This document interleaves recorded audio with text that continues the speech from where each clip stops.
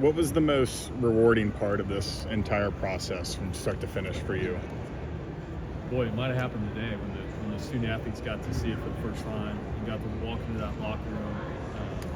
You think about past and present, all the student athletes that we've had that have had facilities that worked and they were serviceable, but this is a top level facility. Not just top level in the Big 12, but in the country, and to be able to provide that to them and think about what the possibilities are in the future in terms of where this program can go. And I think it really does start today in a lot of ways with this facility. Who made the first comparison to this in the office? I don't know. I don't know if I can take credit for that or not, but it did strike me one day. Maybe somebody said it to me and it stuck in my mind, but I certainly I saw the two pictures side by side, and I thought it has that look to it. So when you're in architecture school, you don't build a pole barn, you build something that's a little bit nicer than that. It's got to have a good aesthetic on the outside, and we certainly did that. The speed at which this was built, is that common?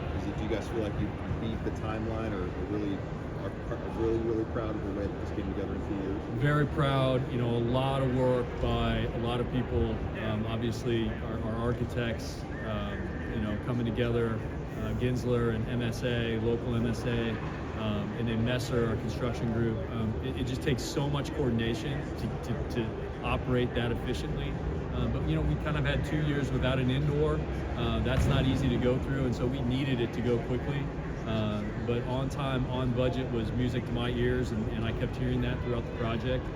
So very proud of the efficiency in which we were able to get this done. How's the space transformative for the athletics program? Yeah, I'm glad you asked that. It's not just a football building. It's for all of our student athletes.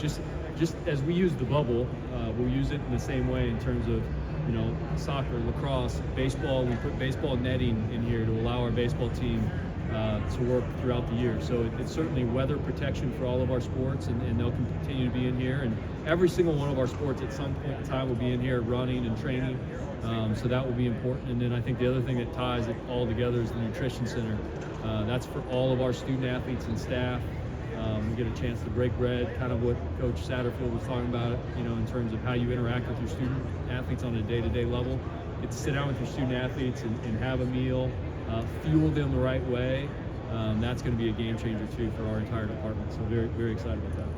John, just speak to the importance of having a space like this. Talk about how competitive college athletics is continuing to become. The importance of having a space like this.